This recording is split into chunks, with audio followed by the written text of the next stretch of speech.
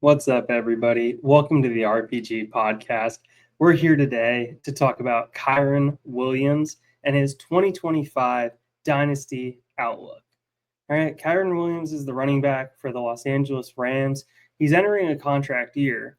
So, this is a huge year for his backups to be able to show that they can do anything for the Rams because they spent a fourth round pick on Jarquez Hunter this offseason, and then they spent draft capital on Blake Corum last offseason.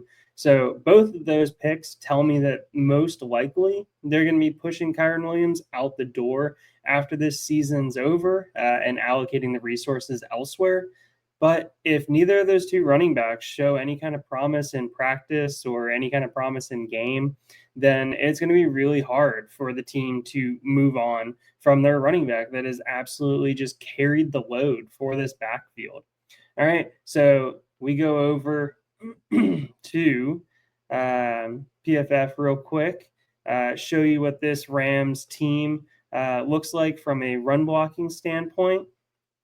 All right, so we got Kevin Dotson over here coming in as their best run blocker at guard. You have Jackson over at the other tackle spot. Tackle Jackson and then Havenstein. So you have two very solid tackles when it comes to run blocking and getting this running game going. You have Coleman Shelton, who may or may not end up being the center. You have Steve Avila, who may or may not end up being the center or filling in at guard. So you look at this team overall and you say, all right, there's definitely some promise along this offensive line.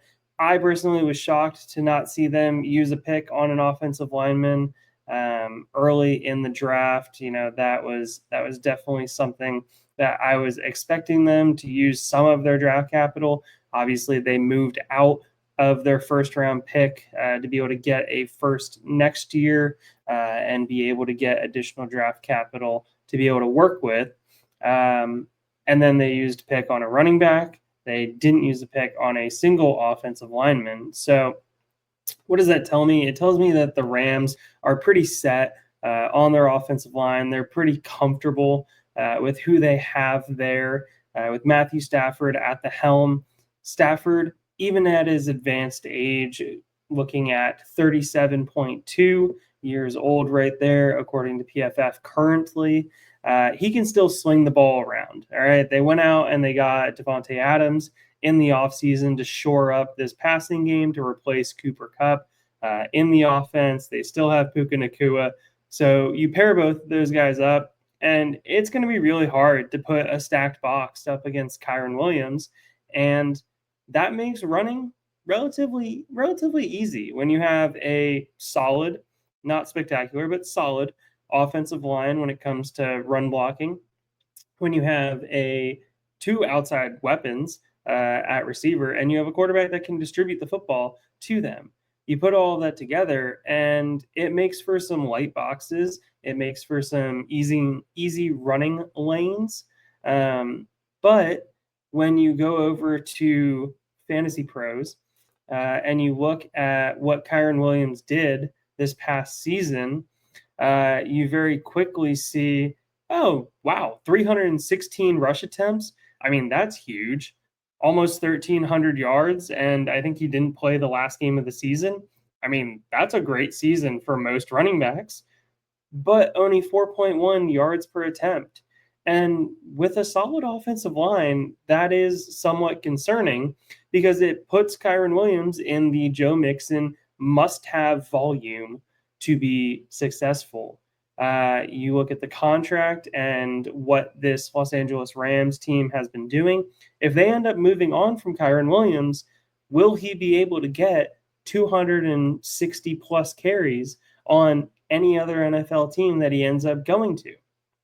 That's a huge question because you look at the receiving profile, 40 targets, 34 receptions. it's going to be really hard if that number of rush attempts gets dropped down by, say, 50 rush attempts in future seasons, and that receiving profile stays the same. At that point, you're most likely looking at somebody that's going to be in that low end 15 point per game instead of the 17 that Kyren sits at. The thing working for Kyren Williams is the 14 touchdowns, which Matthew Stafford is gritty, but in his older age, you probably don't want him running the tush push or whatever you might call it down there. Most likely, you're going to be handing the ball off to your running back that acts like a bowling ball and is just going to pound it into the end zone. So touchdowns should stay relatively high when we're talking about Kyren Williams. And all of that being said, is he a value right now? You look at him returning 17 points per game. You look at him being RB10 in points per game last year. So we can take a peek over here at Dynasty Data Lab to be able to see where is he currently going in startups. All right, you come down here, RB11. Okay. You're talking a fourth round running back. Looks like the very end of the fourth round, if the ADP is to be believed, based off of where he's currently going in sleeper drafts and sleeper startup drafts. You got Travion Henderson in front of him. You got Quinshon Judkins right behind him. You got James Cook, Josh Jacobs. The contract situation genuinely scares me because if Kyren Williams doesn't stay a Ram, his value is most likely going to plummet. You're talking about somebody who has had high usage over the last couple years, will most likely have high usage once again this coming season. And teams are going to start to look at that saying, okay, he wasn't incredibly explosive coming out in the draft. Okay, he has a decent amount of wear and tear on his body now.